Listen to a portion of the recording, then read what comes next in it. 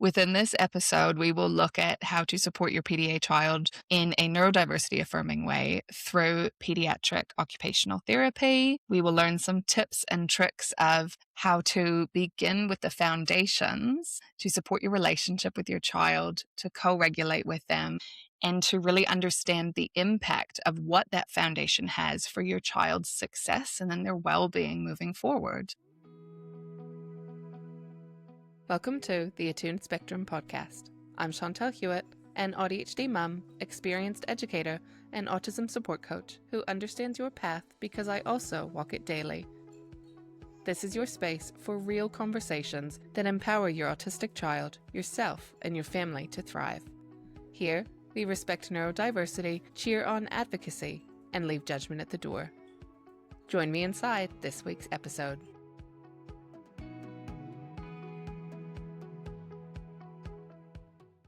Hello, everyone. Welcome back to the Attuned Spectrum podcast. I'm Chantal Hewitt, your host. Today, we have a super exciting special guest for you. Please welcome Rachel Gebers. Hi, Rachel. Hi, and thank you.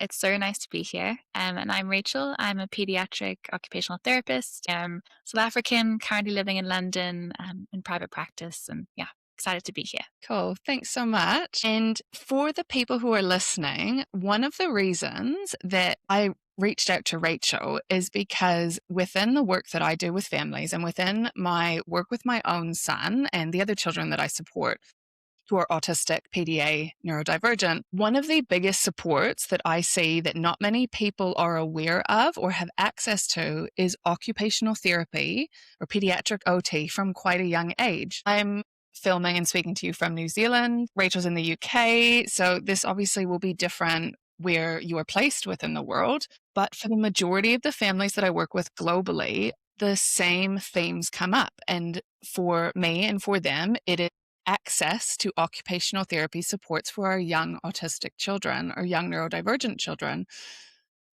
And I think so many parents don't understand that that is the foundation and that is where we start, or would be really beneficial to start when you're navigating an autism diagnosis or trying to figure out how to support your child in their emotional regulation, in their sensory integration needs. So many things come up. And Rachel, I'm just curious, have you experienced any of this? What is your experience working with the young, wonderful children and families that you work with in London? When families come to me, a lot of them really don't know where to start. They have, generally speaking, and I work in specialist education in a little sort of a preschool, 3 to 5 years. And a lot of the families there they have no idea what occupational therapy is. It might be the first time they kind of come across the diagnosis of autism. So they really don't know where to start. But I love working with those families because I'm like, let's go from the beginning and really help you understand your child and your child's differences. And I feel like really privileged to be able to be a part of that initial journey because you can lay the foundation for reframing what autism is, that it doesn't have to be so stigmatized. It's just a different way of seeing and viewing the world. So I love being there for the start of it, and especially just working with honestly really, really anxious parents. It's sort of where my heart is at and why I've chosen to work mostly within early years. But yeah. Well, that's great. Thanks for sharing. And I'd love to discuss what your mission is or what your vision is, your hope. And that almost, I think, just kind of layers really nicely with what you've just said, if you'd love to share. Of course. I mean, when I started out as an occupational therapist, I knew I always wanted to be working with children. And I think my heart has always been drawn towards children with complex bodies, complex nervous systems, and the children that are kind of the most vulnerable and at most risk of being excluded from society just because our systems are just not supporting them and their families. And I guess my mission is to help these children or be a part of supporting these kids to feel included and to feel connected to their families and to friends and to have really beautiful, meaningful, joyful experiences with life. And then also just to try and disrupt and influence the policies surrounding these kids and their families and really making more positive change in the systems that are actually really impacting on these kids' health and livelihoods. That's awesome. And if you don't hear it enough, I hope you do, and I'm sure you do, but your work is so valued. And it does make such an amazing difference when we look at the wraparound support that we can offer to our neurodivergent children, our autistic children, and it also doesn't just, like, when we talk about autistic children and their journey and how much support they need, I think a lot of the time, and this is the work that I do as well, and I know this will be where the conversation heads, which is amazing, how much of the work is actually involved in the parent understanding that they are a part of that foundation. And I know in your practice, and I can see you there nodding along as well, that that foundation, maybe is it just not understood how impactful the parent's nervous system state is, or understanding their own nervous system, their own sensory needs, sensory differences. I know you speak a lot about dyads and triads, which may actually be new words to the listeners here. So I think that would be awesome to unpack how you see the foundations, or how you see what the biggest impact is for young autistic children in your care that you work with. Yeah, it's such a beautiful question. And it's sort of, I guess, the nutshell of neurodiversity affirming work and working with a child's nervous system, which is where we need to be moving towards. And without putting too much pressure on parents, because I know they're already under so much pressure to kind of get it right. Unfortunately or fortunately, the parent's nervous system has a really huge impact on the child's nervous system. We speak about the word attunement in DIR floor time, but just generally I feel like it's becoming a lot more of a known word of being attuned to where your child is at, what they're needing physiologically, what they're needing in their nervous system, and being able to provide that and being able to constantly co-regulate for your child so that they can feel grounded, safe, secure, and from that beautiful space and be able to, develop and to experience the world without stress. Which is huge for autistic children because, if we think about their sensory world, it can be really overwhelming and really overstimulating. That's a lot for them to take on all the time. And if the parent is such an integral part of grounding that child and supporting that kid to be able to feel safe. And I guess that comes to your point about the dyads and triads. So in DIR floor time, we speak about the dyad, which is your relationship with one other person. So I could be in a dyad with a parent, or I could be in a dyad with a child. A triad is with three people. So in my work, it would be with the parent, the child, and myself, because that's how I work. I try and avoid just working with the child. I always want to have the parent there. So we speak about goodness of fit. And the goodness of fit in the dyad and the triad is essentially about understanding your own individual differences. And when I speak about individual differences, I'm speaking about my own sensory processing, my own motor skills, the way that I communicate, the way that I take on feedback, the way that people speak to me and how I process that, the way I discipline. All of these are my own individual differences. And obviously, when we come into relationship with a child and a parent, they're coming with their individual differences as well. And the goodness of fit is around, how do my individual differences align with this child's? But it's about, in relationship, how can I change myself or adapt how I am and how I come across to this child to make sure that there is a goodness of fit? So, for instance, I might speak really, really quickly. And I do when I'm anxious, but I'm trying really hard to slow down my speech right now. But I could speak really quickly. And for a child who's got auditory processing differences, that's going to be really challenging for them. They're going to feel overwhelmed, and that's going to impact or rupture our relationship and our interaction. If I move too fast for a child who struggles with visual processing, if I am too loud for a child who's auditory sensitive, all of these things about just who I am as a person and just my individual differences, how I might even be coming across on that day in my own regulated state is going to be impacting on this kid. Obviously, that's a lot of pressure to hold 24/7 as a parent, but this is my job, so I have to do it. I have to do it for each child. But it's all we about... need you, by the way. We need that because I don't know about other parents, but when I go into an occupational therapy session, I sit. I try my best to just have a break because it's I don't know, just parent, just jumping in there. But Yeah. it is nice, I guess, to feel that connection with the person that is working with your child. see that they're safe. And yeah, just also you guys model so much. I'm not sure if you realize to parents, whether you mean to or not, but when we're in that space, it allows us to kind of take some deep breaths and to regulate and to go, that's how I can do it next time. And I guess you are only with the child for a certain amount of time, so it might be a bit easier. But yeah. It is because, well, I mean, obviously you having to constantly change up according to each child's individual differences that's coming in, and one child is going to be so different to another child. But yeah, absolutely. And sometimes if I come out of a session and I'm feeling quite upregulated, I've actually had a parent she's a psychotherapist. She's actually told me, do you want to just take 5 minutes before you work with my kid? I'm like, do you know what? I actually do need that. We're constantly feeding off each other's energy states. And I guess that brings me to working with parents. Is like, do you have a goodness of fit with your therapist that you're working with this practitioner with your child? Because the work that we do, the work that any therapist is doing with your child it's deeply personal. I mean, this is your kid, and it is so important that you are aligned with the practitioner. And it's so okay for you on a personal note to be like, do you know what? This just isn't this isn't, the vibe feels off.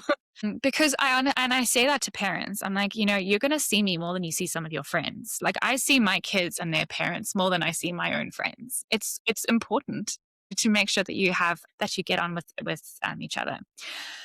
And then we come to the triad, which is obviously me working with the parent working with the child, and all of those different dynamics together. So it's a constant flow, and we talk about it as a dance. It's literally like the dance between each other's individual differences and how you make that beautiful connection together. That's great. Thank you. Okay, so now I think it would be an awesome time to discuss a mindset shift, which I believe will be so helpful for parents, whether they're just starting their autism support journey with their child. Maybe they have been in the thick of it for quite some time and they're trying to find other strategies, other ways to support their child. The reason why I am such a huge fan of occupational therapy, and I know some people, they've tried it, but they feel like something quick should happen right away. And that's actually from where I'm standing. Obviously, I'm not Rachel. Rachel is the expert OT here, but it doesn't work like that. The whole good things take time, and what you're actually doing within those sessions, if we look at what Rachel has said of really establishing that relationship, that dyad, whether that's OT therapist or occupational therapist to the child or the parent to the child, those things are such a foundational component. And if we rush them, we may not get to the goals that we want to. So the shift here to think of, if you are stuck in this place, I wonder if you can shift your thinking to, this is a long game. It is not 1 or 2 sessions. It is a series of supports. It is ongoing. Personally, my son has been in occupational therapy for, I think, coming up to 3 years now. We've taken a couple little breaks here, but I genuinely notice the effects of what happened when we have taken weeks off at a time. So right now we're actually, because of the school holidays, they've just ended in New Zealand. So yeah, it's been about 6 to 8 weeks since my son has been there, and we had to throw in so many other supports in place during the holidays. But I definitely can see the emotional regulation has been not as supported. And I think I don't want to say it's an invisible support, because when you were there watching, it is not invisible, but it is so intentional. And that work over time, I feel, really builds up. And yeah, so can we look at it perhaps as a parent as we need to slow down before we can speed up, before we can reach all those goals, even forget milestones. What is happening right now actually will not be sustainable moving forward if we don't address the foundations and those relationships and how important they are, that connection with your child. And I think too, if we look at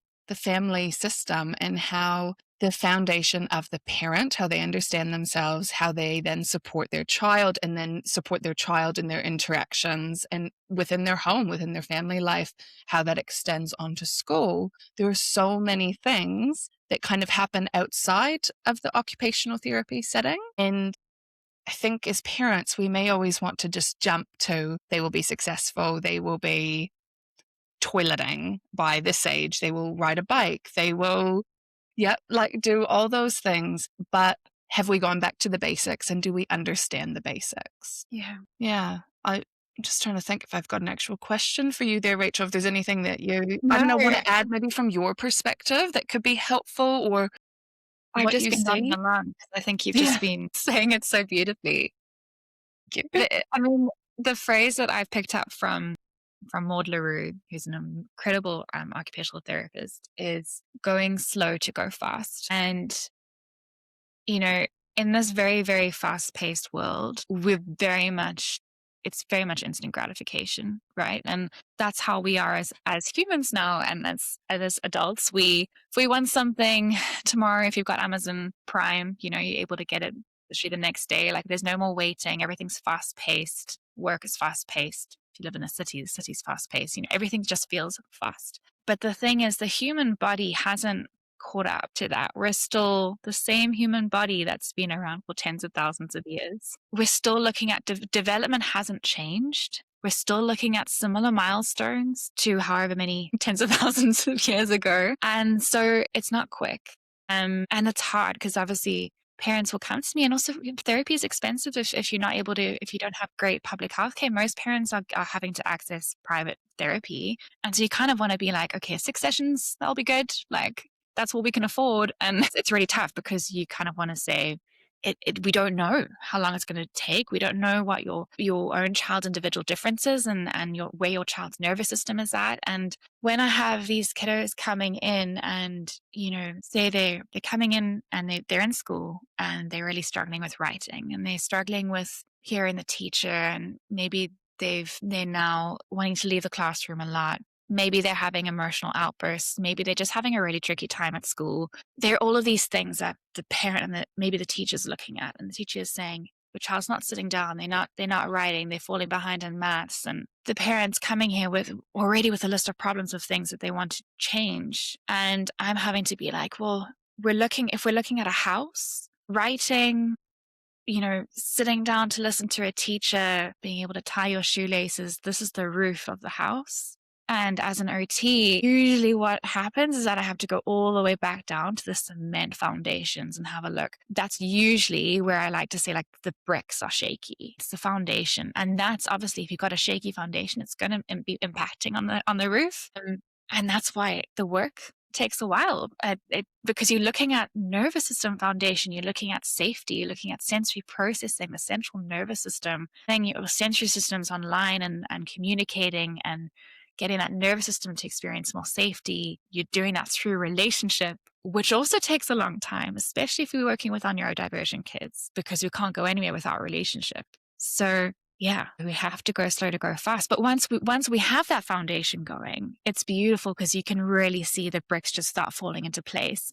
And you will automatically start seeing things at that level of the roof start coming into place again. But that's because you actually worked on the foundation. I didn't work on the child's handwriting. I was just playing with the kid and helping them feel safe and experience calm or nervous system safety in a different environment with a different adult. Like, that is the work, which is why I think a lot of, if your OT looks like play, or if you think that your OT is just playing with your child, but your child comes out of that session happier and a bit more regulated, there was a lot of work that was going on there for that child's nervous system. Yeah. That you've mentioned that, it just brings me to an experience that I had with my son's OT, and she hadn't worked with many PDA children before, and she was incredible. She kept telling me at the end of the sessions, almost like defending her work, which I get, but I also understood. So I was like, it's okay. You don't, I get it. But she kept saying, it looks like we didn't do anything, but this is what I did when he wasn't able to do this and this. And she kept saying, I really just want to focus on building a relationship, on pivoting where we need to, because if his walls are up and if his avoidance, if he feels that threat to his autonomy, that's going to impact and ruin the relationship that we're trying to establish. And I just really respected that. And I know that with whether it's therapists, doctors, teachers, because PDA is, I don't want to say it's new, but it's not a part officially of and 13 diagnostic manual. So when you go to look at the DSM-5, if you are diagnosing autism or other conditions, PDA is a profile, but it's not like the research is there, but it hasn't been written in. It is very like there are organizations, too many to mention, all across the world that are advocating and gathering research and data and really working within the adult PDA community. A lot of the times, even PDA as a profile was just considered part of the autism spectrum. Now there is a lot of questioning and other research going into, is PDA also a part of other neurodivergence? Is it part of ADHD? Is PDA a neurodivergent state by itself? There's a lot there. I'm also learning and staying as open to it as possible because my son is autistic. He has an autism diagnosis. I'm autistic as well, and I'm PDA. And there's just so much work that we're continuing to do in this space. But I think there is a lot of resistance to educating on this within like an academic level because everything is peer-reviewed research, which is there. It's really starting to come out. So I know, Rachel, you talked a lot about systems, and at the beginning of, I don't remember if you said kind of letting us down, maybe those are my words, but there's so much happening at a systems level that we're not able to control. Sorry, what was that? They are letting us down. Yeah, they They might are. be words. Yeah. Yeah, no, they're 100% letting us down, and that's yeah, it's just not fair, and that's why I love the work that you do, and I also love the work that I do because we get to be in there at a level that is with families, building those foundations. So a lot of families come to me and they're like, well, I was let down here. I was let down here. No one told me this. How come all of a sudden I've had one session with you and I already know so much more? And it's because, well, I think if you look at a huge organization, there's so many pieces that are moving and politics gets involved in all this. But if you find an individual therapist or coach or just practitioner who is there to support you in your understanding, I think you just get places so much faster because you're not dealing with all the politics, all the everything.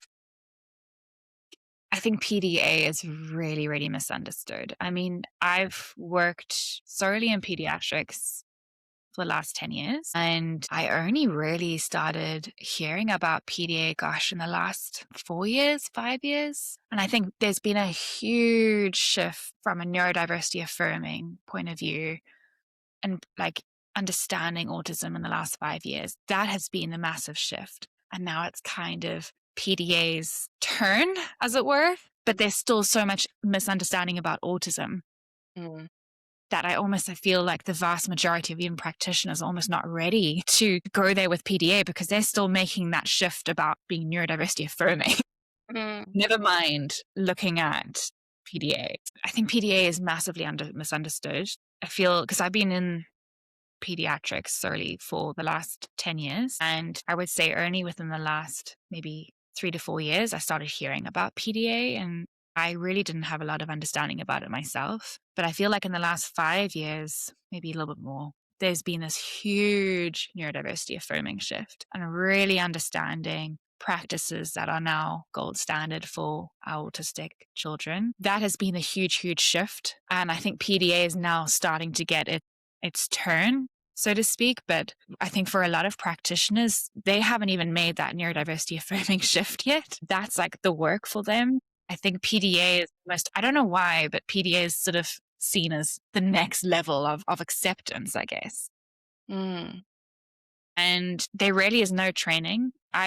All I know about PDA is from Instagram and from podcasts. And that has been me doing my own learning and my own work. And to be honest, for a while, I heard about PDA and I was like, but isn't that just like really intense inflexibility within autism? And we just been coming up with another diagnosis. And it's only been like in the last 2 years, I feel really embarrassed to say that, but really like, have I actually kind of embraced this? No, this is an actual nervous system difference that is completely different to autism. So much so that the standard strategies that you would use for an autistic child will not work. And if anything, will make it worse for a PDA. And I think of all of these families that have come to me with these kids and they've had, these really sticky behaviors that have been, whether it's around toileting or feeding or sleep or, any of these things. And I'm like,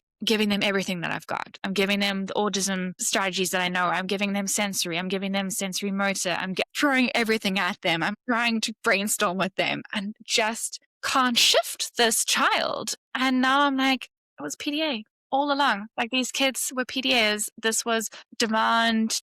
This was this persistent drive for autonomy. Their nervous system felt threatened, and us keeping on pushing the toileting agenda was making it so much worse. And we actually need to just step back and just support this kid and help them become regulated again and establish a relationship, a connection, and just go back to the nervous system, which is actually beautifully simple in its huge complexity. So yeah, that's me, and I'm fully in the neurodivergent field. I'm doing trainings all the time because can't get enough of it. It's like my special interest is literally like occupational therapy, which is kind of embarrassing. Not embarrassing. Yeah. That means that you're an amazing practitioner, I think. Yeah. You invest in the children you support and the families and yourself. Yeah, no, well, I mean, I really love to learn. And even in all of the trainings that I've done, PDA is just not coming up. It's been up to me. And from listening to incredible practitioners talk about it and sharing their own personal experiences with their kids.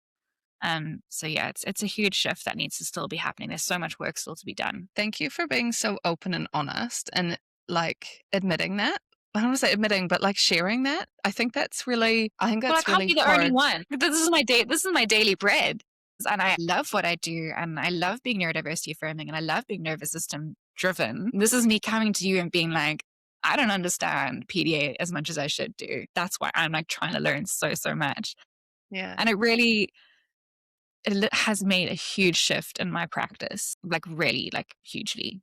Just understanding PDA. And I think, Rachel, you've just said so many incredible things that not only I feel will really support families, but if there are any other occupational therapists or doctors or anyone who supports children, teachers, if they are listening to this episode, have you considered PDA?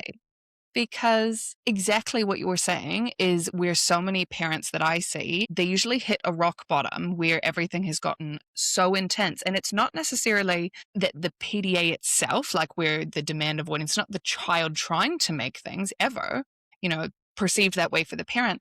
But a lot of the times, unknowingly, the parent is pushing strategies that do not support a PDA nervous system. And then when that kind of rock bottom hits, that burnout, that neurodivergent burnout, that's when they stumble across PDA and they go, hold on, this is my child. All the traits of PDA, it's my child.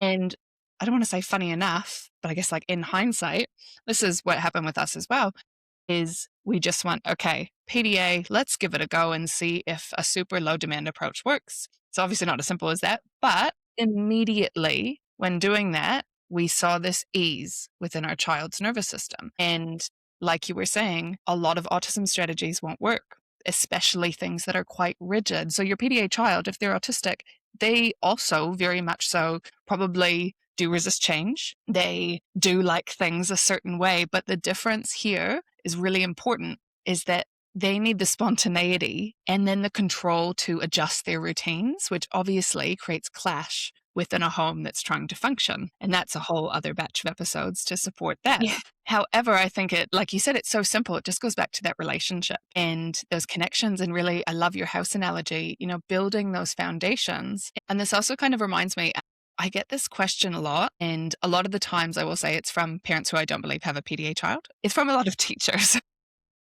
which is fair because they do see a lot of behaviors that they find challenging. I'm a teacher. Used to work for over a decade within early childhood education, and it is hard. So this is not an attack at teachers. I promise. I do love you guys. The systems are hard for you. But a lot of the times I get asked, well, doesn't every child need autonomy?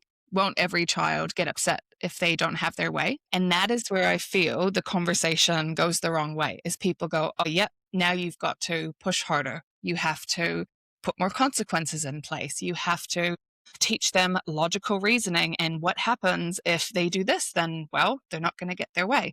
But you will see the difference between a PDA child if your child is pathologically demand avoidant or has that persistent drive for autonomy, the nicer term. And I will give you a really clear example, or one that's quite clear to me. Over Christmas, my son was very dysregulated. We kind of knew it. It's just the change, the holidays, the people. Within a couple hours, he was outside in tears, like kicking against a wall and just begging to like use my phone just to get that regulation going where he could just watch something that was predictable. And he sat outside for at least an hour. And finally, when he was able to communicate what had gone on, like what kind of triggered him, and it probably was a lead up to it as well. But the biggest thing was there are 4 cousins and 2 of them got a scooter. And usually this is the first year where they haven't all got the same thing. That was my bad. That never, won't do that again. But the difference is that, so my other son literally was like, oh, cool, you got a scooter. I kind of wanted that, but that's fine. I got something else. My son loved the toy that he got, absolutely loved it. However, it affected him for weeks after, like even to the point where within 24 hours, he was given the scooter that his cousins got. And immediately that was just him being able to relax. But then he kept replaying it later and later. And you can just see the difference in anxiety. And then it was brought up, well, the other 2 liked the other toys, but that's, they just got on with it. And I'm like, that is the difference. That is the point. It has nothing to do with how you're parenting or you're not teaching them something, but it's actually an anxiety response to the fact that they are not safe in their nervous system. They have to equalize to feel like they're at that level or else they don't feel safe. That to me is such a clear indication of if your child is PDA, something as simple as that for a neurotypical child would not derail their day, their weeks, their whole holidays. They wouldn't be thinking about it constantly. If your child is PDA, they most likely are. And there's usually like, once they gain that control back, it's like the switch is kind of flicked and you're just going, whoa, what happened? Yeah. But yeah. I think what I was thinking about when you were talking about your son is, I think it's so difficult. I think where the difficulty is with understanding PDA is this shift in, and it kind of comes back to individual differences. How do you view discipline? How do you view compliance? How were you brought up? How do you view permissive parenting, authoritative parenting? There's so much, like gentle parenting now is getting a bad rap, but how do you view all of those parenting styles and how you were brought up? Because PDA is going to rock your world if you are someone who has needed to be in a very authoritative figure or in a place of kind of power in the dynamic with your child. And I'm not speaking just about parents, but I'm speaking about practitioners as well and teachers. It's so hard for a teacher because they are literally that person in a class. And then you've got these, this kiddo equalizing and you're like, but this is threatening my autonomy as well. And then you're just going to have this power struggle. That is, I think, one of the big challenges towards PDA being accepted is that the work is at the level of the adult. The work is not at the level of the child. The child just needs to feel safe again. They don't need to do any fine motor work. They don't need to do any sensory circuits. They don't need to do any of that stuff. We need to do the stuff for them. We need to be constantly co-regulating. We need to be strewing. We need to be doing all of these things. We need to be working on our own regulation when we feel that there's a power struggle. And that's hard. And that's a huge shift that we have to make. it is. Yeah. Like you said, if you look at how you were parented and those kind of like unspoken Rules, I guess. ways, yeah, that are just ingrained in you, it's a lot. And I've worked with a lot of families who come from that very disciplined, authoritative kind of parenting style. My husband is even one of them, and he's had to do a huge shift. But once you begin to see how much safer your child feels, how much more they want to be included in school or go to school, that is a huge thing for PDA children. It's huge. And I think when we look at that school avoidance or even that push to, there must be X amount of, great attendance, or they need to do this course and this preparation and this exam, there's so much demand within that, even for just a neurotypical child, let alone PDA. But how a PDA handles it is they just get pushed further into shutdown. So I'm saying this just to bring it back to the relationship as the foundation, and safety and trust and being attuned to the child that you're parenting, in your care, educating. And something else that I wanted to bring up, which we probably won't have time to go into, but you were talking about PDA and how a teacher kind of manages that within the classroom because it's affecting everyone else as well.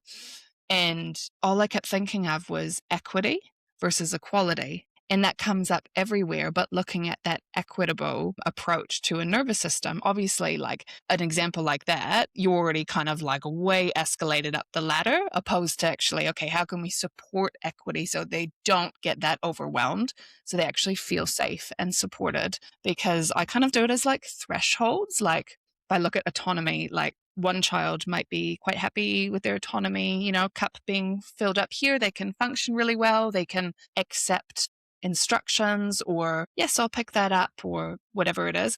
Whereas someone with PDA, theirs is already like they already kind of start off at this low baseline. So personally, like my son, after a 10, 11-hour sleep, great to interact with, like I can kind of adjust what I'm saying a little bit, but I can tell the second that the demands of school have happened, when I pick him up, it is a completely different story, and I have to adjust everything, and then even look at how I'm adjusting at the beginning of the day as well to support him. All right, so for the parents listening who want to explore occupational therapy to support their autistic child, their PDA child, their neurodivergent child, a lot of parents aren't aware of the benefits of occupational therapy, or the different things to look for if they're after a neurodiversity-affirming occupational therapist. Rachel, do you have anything that you can offer to those parents listening that might help them with that really important decision? I do. I think it might come down to actually just having an alignment chat with this therapist. I think it's really important to kind of get a feel of the person that's going to be working with your child before you actually commit to therapy, which is not often the model. Sometimes you just get booked in, so an admin person is coming in and booking you in, and then you just see this therapist, and now you've already paid for the assessment, so you have to just carry on doing this therapy with this person. I think that the questions that are really important to ask are, what does a therapy session look like? How will you respond to my child if they don't want to do what you've set up for them? How do you view rewards? How do you view compliance? Because in my head, a neurodiversity affirming OT, the core of that session has to be child-led. Child-led doesn't have to be letting the child just like run all over the place. It's about providing constant choice and autonomy. I have my goals in my head that I want to do. I also have enough experience to kind of be flexible. For junior therapists, it is difficult because you kind of have to you sort of get rigid. I'm sure it's like being like a junior teacher. It's hard to be flexible and adapt. But I'm constantly being like, okay, these are my goals in my head. These are my activities that I want to do. I'm going to have an option of 3 activities for this child. I know that I'm taking off a box regardless of what activity that child is going to be choosing. But I know that for that child, that sense of autonomy and that sense of choice and control is so regulating, whether they have PDA or not, honestly. And it's also about if that kid's energy space is not wanting to just, do a puzzle or something. It's about, how do I change myself up, talking about the individual differences again, that goodness of fit. How do I adapt myself to be supportive for this child's regulation state? Do they need to be running around a little more? Do they need to be jumping? So it's constantly tuning to this kid and adapting yourself. That's what child-led means. It's being like, this kid is my absolute focus. I have these goals in the back of my head, but ultimately the relationship is what's going to get us there. And I need to work on my relationship with this kid. How do I adapt myself and change this interaction so this child feels safe and we can move forward? So that's like, I guess, the crux of it, of for me, what a neurodiversity affirming therapist looks like. But obviously rewards, I don't do that. Don't like rewards. I think they're weird. I think they like give weird power dynamics. Like, because obviously kids are people pleasers. So generally speaking, sometimes our PDA is not, but we love that about them. And yeah, so a reward system definitely is like a no-no for me in terms of we don't do that's compliance. It's too far leaning towards a compliance, which is like a model which is outdated now. We don't do that. Yeah. And I guess ultimately a therapist that's really wanting to center the family as well and making sure that, you know, your sessions are not in isolation to what's happening in the bigger family picture. Yeah. There's a lot. I'm going to hold on to all the things in my head and write them down for when I invite you back onto the show to discuss, because this has been such an amazing overview. And I think something that you had touched on earlier was your practice that you use. And I'm not sure if a lot of families are familiar with DIR floor time Yeah. and kind of the conversation around that. If you want to just let us know a little bit about what it is and I guess why is that your preferred My thing. method? And yeah. So it is, so DIR floor time. So the D stands for development, like developmental capacities. So we speak about this sort of ladder of development. The I stands for individual differences. I've spoken a lot about that. I love using the word individual differences because it just feels so neurodiversity affirming. Like we all have individual differences and some are really impacting on the things that we want to do every day and some aren't, but they're all differences. And then the R is relationship. And that is the core of the model. And then the floor time, it's called floor time because it's kind of like generally it happens on the floor, but floor time happens anywhere. And why I love the model so much is, so firstly, it's a very holistic model in that you're going in and you're learning with special education teachers and speech therapists and psychologists. You're all learning together. You're learning about the child as a whole. So as a floor time therapist, yes, I've got this beautiful background knowledge as an OT of this child's sensory system, but because of floor time, I have a really good understanding of how to support that child's communication, thinking a little bit more into like the psychology of that kid and what they're experiencing. It's just a really holistic approach. And yeah, so the D in it stands for development, and that's essentially the core, the ground level of that ladder is regulation. So that sense of trust and that sense of safety. Is this child regulated? Do they feel safe? Do they trust me? And so working there first. And this is for any child that comes in, whether it's a 3-year-old autistic little one who's just really struggling with their overall regulation, or whether it's a 10-year child with dyspraxia, we're always going to start at the bottom of, does this child feel safe? And then we build on from there. And then the next part of it is and then the second one is engaging and relating. And so that's looking at, is this kiddo able to engage with me? Are we able to have some kind of reciprocal interaction?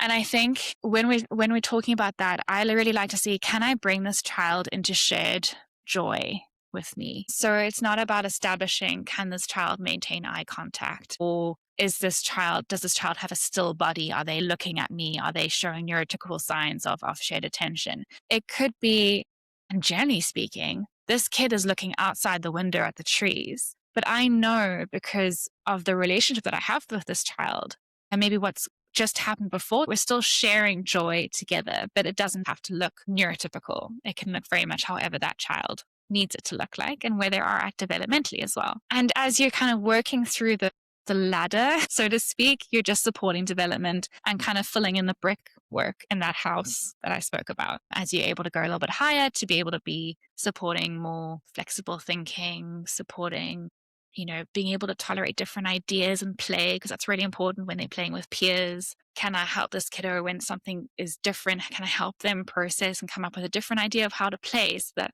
when they go into school, they are able to engage joyfully with children around them, if that's what they want to do. So yeah, that's kind of it in a nutshell. I hope I've done it justice because it is just the most incredible model, and it's something I'm hoping to do my expert trainers this year. But I think it's, from the models that I know of out there, this one feels like the most neurodiversity affirming to me, just simply because it puts relationship and safety at the core of it. Thank you for sharing that. Oh gosh, so many things running through my mind right now because you've just, you did it justice. It's funny, and I was sharing this before with you, is with this model, because you're right, there's so many models, and this is probably like the one that I have gone, yep, that ticks so many boxes.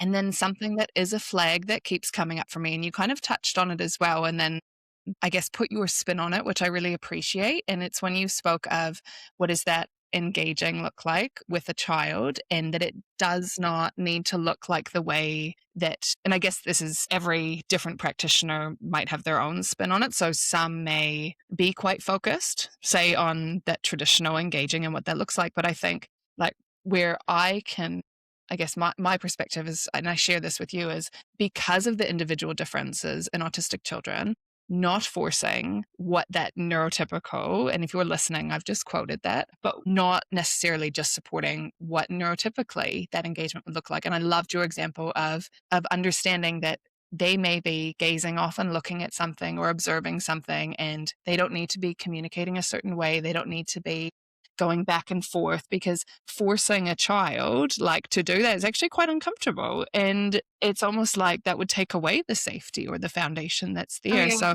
I think it's so great, to kind of frame it that way of sharing joy, and it's the child-led joy, which is so cool. And I think that also kind of goes into when you're talking about like supporting in schooling and those peer relationships, and a lot of I think goals that families have are focused on, I need them to have good friendships, I need them to have these social things. A lot of the autistic adults that I know, myself included, they actually go back to school and go, it really made me anxious when I was being forced into these situations. So like, I think it is so cool to really understand the child, like as they develop, and give them that autonomy and that support. So then they feel confident to go, well, actually, that's not my thing. Or this is how I navigate when something doesn't go the way that in my head it's meant to. Like, it's such important skills. That language was off. It's so important skills. And I think it also cycles back as well, Rachel, to when you were talking about parenting approaches, because when you were saying that, one thing in my head, I was going, it's so funny because these certain things do get a really bad reputation. But at the end of the day, I don't know one parent that goes, I only identify with authoritative parenting or this. And it's like, you kind of pick based on your family values. It's, my experiences, you pick what works for you. And I think even though I would say that we parent very, very low demand, we also enforce boundaries that are needed to keep our family safe. And that I think is a really important thing that people need to understand when we're looking at parenting approaches, but even when you're looking at the model that you use, and how even if someone else may not be using it in a neurodiversity affirming way, say with trying to shift that joint engagement that they have with the child, I believe it's the practitioner and your practice that makes it neurodiversity affirming. Would you kind of agree to that? Or I don't know if you have any thoughts on that. Yeah, I mean, any model can be swayed and made to fit into a person's own views on the world, which is kind of a scary thing. So yeah, 100%. I mean, it comes down to how your own upbringing and where you're at with the neurodiversity affirming shift, and how much inner work you're doing as well. A lot of floor time is reflecting back on yourself. Like that's part of the work. And yeah, definitely anything can be made to be. Yeah. That's great. Thank you. And thanks for explaining that so well. I will just say, if anyone does have any questions, please pop them in the comments, and I will make sure that they get sent off to Rachel, if that's okay. Just so I'm not just answering kind of, Sure, you do a really good job. Okay. And Rachel, I think something that is so important that might be really helpful for the listeners of this podcast, and you mentioned in your experience with PDA children, it's a growing understanding and a shift, and that you have noticed when you've kind of gone back to those simple foundations, how much can change. So if you were going to offer any guidance or any advice, or any of your learnings in the PDA space in occupational therapy, what would that be? I think my advice is definitely to practitioners, and I guess to a lesser extent parents, to know that practitioners need to take more responsibility to learn about PDA and to get curious about it. Because if you say that you're a neurodiversity affirming therapist, you need to do the work to actually learn more about PDA. Because I feel like we're not really doing our parents we're doing our parents a disservice by not understanding PDA and this really, really nuanced nervous system that is so different to anything that we've been taught about in training. And I think as I said in the beginning, I found such a shift in my interactions with parents when I'm now able to pick up, this is PDA. This is not a sensory motor issue. This is not autism. This is purely PDA. And we need to look at the nervous system, how critical that's been to then say, let's put your feet off the pedals and actually just focus on regulation, and not let's stop pushing toileting or pushing feeding or pushing this, whatever it is that is a sticky behavior. It's made such an impact on my therapy because I hate not having the answers. Like, it's the worst thing for me. I like to know that, okay, this parent came to me with this issue and we were able to brainstorm it together. Like, that is my job, and whatever, we can go into my psyche about it, but that's for another episode. But yeah, so it's really about practitioners needing to do the work, because the training's not going to cover it. I haven't come across many. It's mostly only parents who now have the trainings. So, learn about it yourself. Follow Instagrammers that are PDAs, listen to the podcasts, listen to Attune Spectrum. Thank you. Like, do the work, because it's really valuable, not just for your own practice as an OT, but obviously, of course, for this family that you're serving. And thank you for mentioning that, because speaking as a parent who massively advocates within this space, like not just in the professional work, but within my own community and for my child and children, having other people who support your child who understand PDA and don't just go, hold on, I don't get it, therefore I read this thing and no, it's not a thing. That can be so, I don't even want to say triggering, but it's not validating as a parent who is already exhausted, who's already doing everything possibly that they can for their child. And yeah, I just think that is really helpful if the therapists and those who are working with our children, if they don't need to know everything at all. They might even go, I thought I was being really neurodiversity affirming, but hold on, now I've just learned this, and let's work together to see how I can improve your child's well-being and really respect those differences that they have. And being willing to learn from the parent as the expert on their child. And if the parent is saying, I think my child's a PDA, like, listen to them. Like, they know more. They've probably done so many more podcasts and done the research so much more than you have. So if they come to you with that, like, hold on to it, and then you need to go and read up on it and make sure that you can support this family. And also, really critically, if you can't support the family and you don't feel like you have the skills, call this family and say, I think you'd be better served by another therapist that is XYZ trained. Like, because this is, generally speaking, this is the family's like finances. Like, and it's livelihood. Like, be responsible as a therapist as well. I love that. Thank you.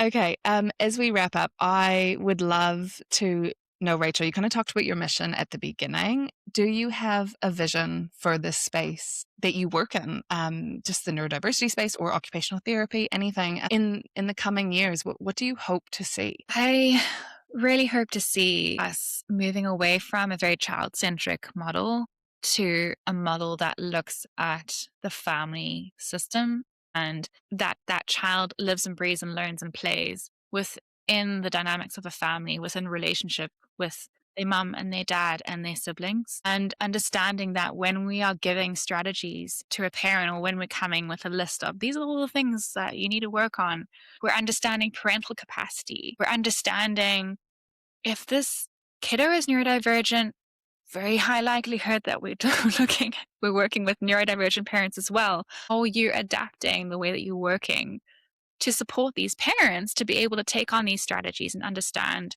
how to implement them in the day so that it's not extra work? It's just so critical. And I think if we have that shift towards we're looking at a family, and we don't, again, this is a training issue. We need to have better training in that. But just simply starting with asking the parent, where are you at right now? Like, where is your capacity at? Like, tell me, are you at a space where I can offer you a whole program to do every day? Do you want a program? Do you want to even come into this session? Do you need to use these sessions as a time for you to just have coffee and be by yourself? Like, where are you at? And match the parent where they're at. I think I'd love to see more therapists doing that, because I think we'd have so much more just happier kids and families. Yeah. I honestly couldn't agree more. It's like, yeah, I love family systems. That's the work that I do as well. Because these things, while they start in one place, everyone needs to support, be consistent. Everyone feeds off each other, that energy within a home. And if you look at that primary caregiver, that co-regulator, if they, like you said, if their capacity is just gone, how do we think their capacity is going to be to show up for their neurodivergent child? it's really hard. So yeah, that's so helpful and such great insight. Thank you. I'm going to join you in sharing a vision. My vision and the reason why I do this work is because of our systems. And I think we used the word they suck or they're failing or something earlier. Yeah. Letting us down. Letting us down. Okay, that's actually better than sucks. But our systems, they're too big, too many players. They are letting us down. And my vision is that parents who are not at capacity, so I will use your word because I love that, they will be supported and be at the capacity that they need to be and not just surviving.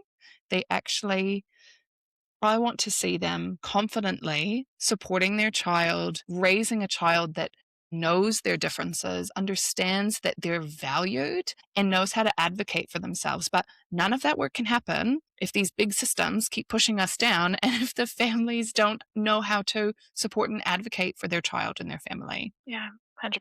Yeah. And I guess on that topic, I did just want to share with everyone who's been listening to Attune Spectrum. A couple months ago, I opened the doors to our autism and PDA support community, and we welcomed a small, lovely group of founding members. And I'm so, so glad that they are a part of this work. They're seeing such incredible shifts just already in the first month or two of us working together.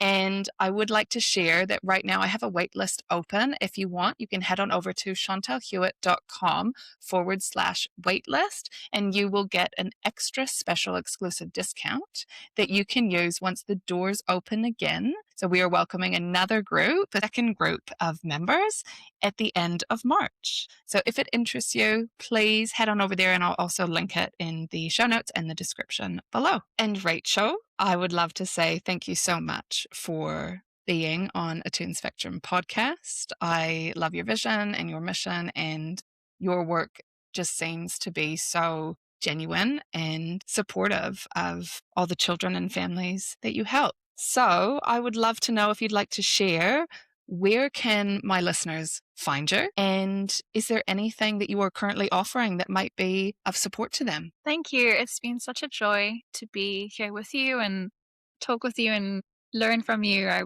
chat for ages. So I have an Instagram page. It's called Growing Joy OT. So I offer a lot of really just, this is my brain in a page. So a lot of educational content around child development, but I'm also offering online consults. So I started my own private practice this year. So if you'd like to work with me, I do parent coaching. I also do very specifically floor time parent coaching. So yeah, you're welcome to contact me. You can pop me a message, my link in my bio on my Instagram page.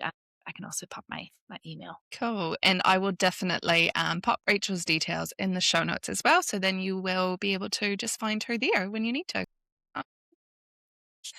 Thanks so much, Rachel, for joining us this week on Attune Spectrum podcast. That was amazing. I do love your work. And yeah, everyone else, grab Rachel's details below. Thank you so much for having me. It was really great. Yeah. See you. Bye. Thank you so much for allowing me into your world today. Wherever you are around the globe, if you like what you've heard, I would be so grateful if you would click that subscribe button and comment below to tell me one thing. What support do you need? This helps me create episodes that truly impact our shared community. By commenting, you not only help yourself, but you help make modern, neurodiversity-affirming autism support accessible to those who are searching for a better parenting approach that actually feels good. I'm Chantel, and I'll see you next week.